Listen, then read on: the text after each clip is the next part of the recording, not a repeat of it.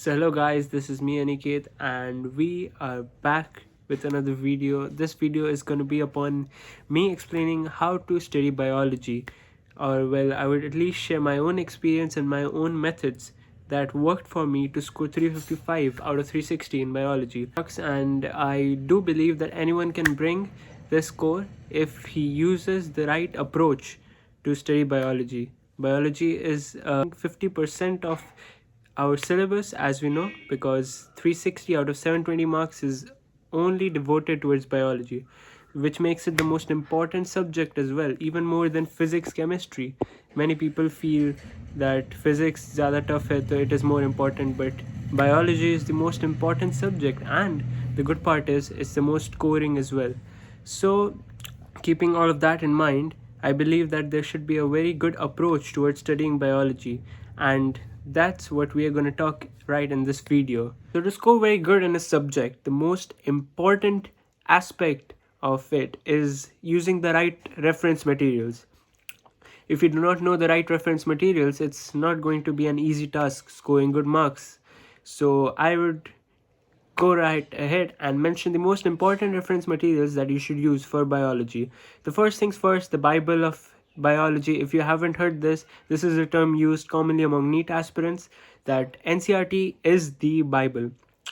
I don't know why it's Bible and not why Hanuman Chalisa or Bhagavad Gita, but the the point of that is being that NCRT is the most important book in preparation for NEET, because not only do NTA pick up questions right from lines of NCRT, but also NCRT give explain the topics in very conceptual ways and do not go out of syllabus and do not try to explain every little single detail which is not necessary.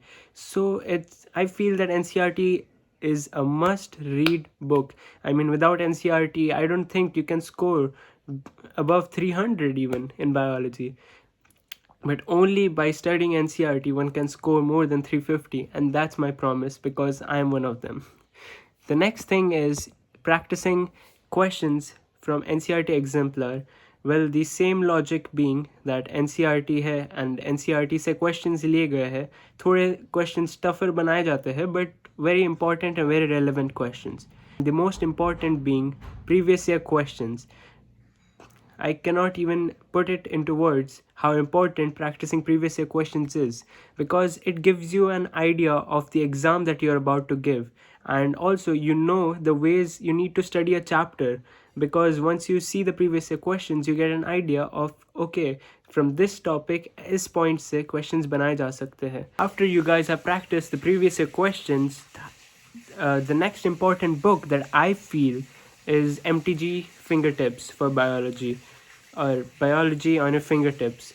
So basically, if you're a guy who does not have any coaching modules to practice, this is the book you're looking for, because this book has so many questions and all are relevant questions. Okay, a few might be a little out of syllabus, I won't lie, I have solved this too, but the point being is, if you need loads and loads of relevant questions, Fingertips is your book. Or if you have Akasha, Allen, or any other coaching modules, I think that should suffice too. The point being is you need to practice lots of objective questions, because without practicing objective for NEET, I don't think it is even practicing. बस theory पढ़ने से कुछ नहीं होगा. As simple as that. So the next thing is how to read NCRT. आपको मैंने books बोल दिए, and now you need to read NCRT, right? So first things first, keep your phone aside and open your book, because that's the most difficult part of reading NCRT. उसके बाद you need to go through the chapter or the theory as a storybook. When you're reading it for the first time or even for the second, do not try memorizing or cramming each and every line that you go through. It's just going to make it more difficult. So go through it as a storybook, take it easy, have fun, find interesting parts or interesting topics out of those chapters, and just go through the theory once. After that, you would find a small box which contains a summary of the chapter. Well, many people just skip it because they think that theory तो पढ़ लिया, अभी summary पढ़ के क्या करूँगा. But let me tell you, summary में कुछ पॉइंट्स होते हैं जो थियरी में नहीं दिए होते हैं. I know it's kind of weird, but it is I guess the way NCERT is. So you need to also go through summary, because if NTA one day wakes up and just decides कि नहीं हमें बच्चों के लिए test difficult करनी है, summary में से उठा लेते हैं. The questions still are from NCERT. It's just not from the theory directly. So please go through the summary as well. The next thing that would come up is memorizing diagrams and scientists. For the diagrams, just go through them regularly. And for the names of scientists and the years, I would recommend making a note the day you're reading the chapter and just make a list of the names of scientists. It would be tough at the start to remember them, but after a while you would see that तुम्हें अपने आप ही scientists के नाम याद रह रहे. I know it's kind of magical, but it would happen eventually. So trust the process. Just make a note of the names of scientists and the years given with them. Now, getting back to the point that I had mentioned a few minutes ago, practicing objective questions. Very important, most important in for scoring in biology. We all think that theory पढ़ लेंगे, theory से हो जाएगा सब, but bro, this is also sis. This is an objective exam. So theory पढ़ने से आपको you would have the knowledge of it, but जब question आएगा तब silly mistakes होने के बहुत chances बढ़ जाते हैं. Trust me, I have gone through that phase too. So you do not want to be getting mistakes just for smalls, or for just don't make silly mistakes. Basically in biology it hurts.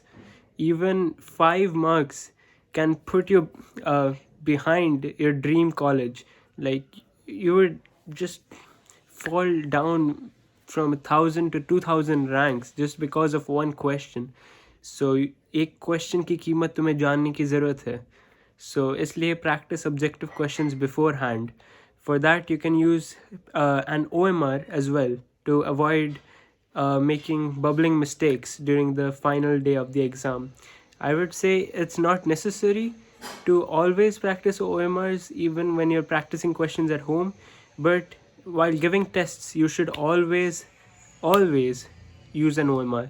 So if you guys whenever you guys are giving a test, I hope that you guys are using an OMR, because you should get habituated to how to fill bubbles, and also find out which mistakes you make while bubbling, so that you avoid any of such sort of things during the exam, because OMR mistakes are the worst while giving NEET. The next point would be you should try practicing time-bound questions. If you think about it, you need to be very quick in NEET, because it was just 180 questions in 180 minutes, which is one question per minute, and now it's even more, 200 questions in 180 minutes, which is less than a minute for each question, and you have physics and chemistry and numericals. So you need to be fast in biology if you want to score well in the other subjects as well.